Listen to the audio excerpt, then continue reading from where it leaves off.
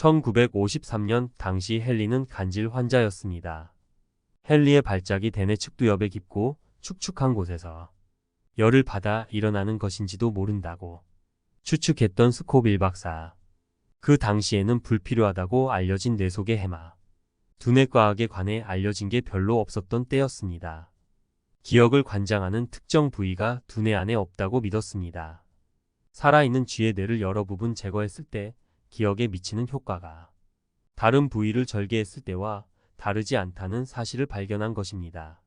스코빌 박사는 아무런 주저없이 간질을 치유하기 위해 헨리의 해마를 제거하기로 합니다. 인간의 두뇌에는 신경이 없다고 믿었기 때문에 환자의 의식이 멀쩡한 채로 두뇌 수술을 진행합니다. 단지 피부를 마비시키는 국부 마취만 했을 뿐이었습니다. 양측에 있는 해마 모양의 거무스름한 분홍빛 형체를 빨아 올립니다. 해마가 완전히 제거된 것이었습니다. 그러자 헨리의 머릿속에 커다란 구멍이 생깁니다. 그 당시는 아무도 몰랐지만 해마는 기억의 많은 부분을 관장하고 있었습니다. 자신의 과거가 몽땅 날아가리라는 것을 알았을까요? 수술 후 며칠 동안 헨리의 발작은 예전보다 확실히 줄어들게 됩니다. 하지만 그의 기억이 사라졌다는 것도 분명해집니다. 간호사가 자신을 소개하고 떠난 지 5분 후면 그녀가 누구라는 것을 잊어버립니다. 그러나 자신의 어머니는 알아보았습니다. 후에 그의 어머니가 돌아가셨다는 소식을 들을 때마다 그 소식을 처음 듣는 것처럼 목 놓아 울었습니다.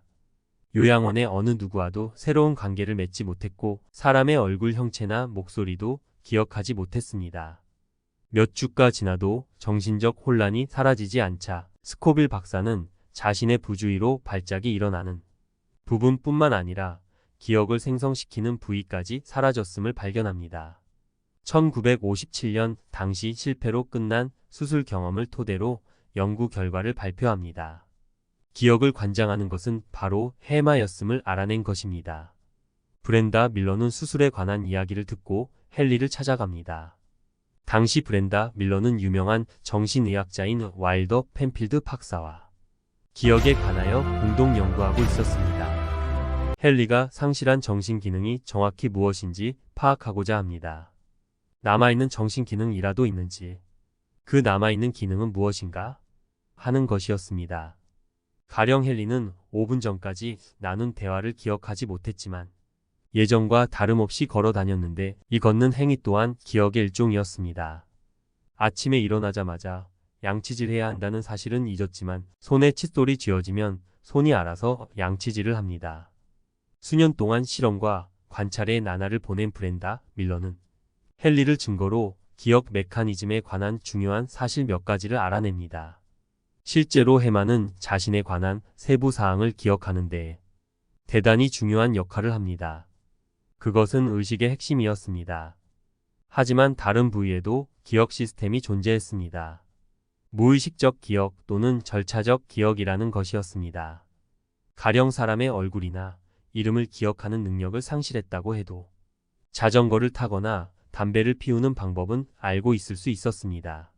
자신의 나이를 모르고 거울 속에 자신의 얼굴을 알아보지 못하더라도 그가 오랫동안 생활한 지역의 옆 동네에 데려다 놓으면 길거리를 쏘다니다가 결국 옛날 집 계단 위에 올라 문을 두드립니다.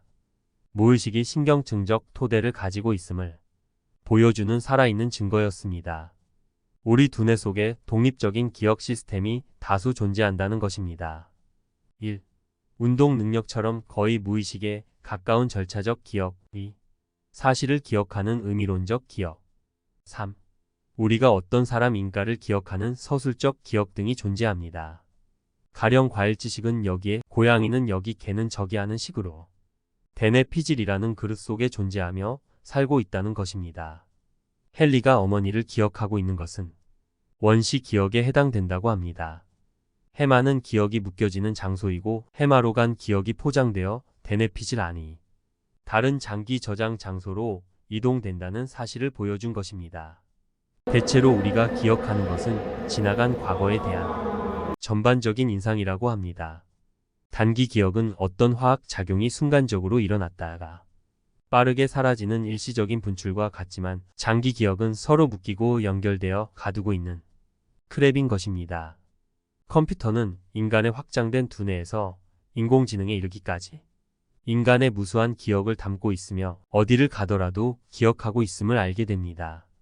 앞으로 100세 시대에는 무수한 노인들이 건강한 두뇌를 가지고 생활할 수 있는 신약을 개발하는 시대도 올 것이라고 합니다.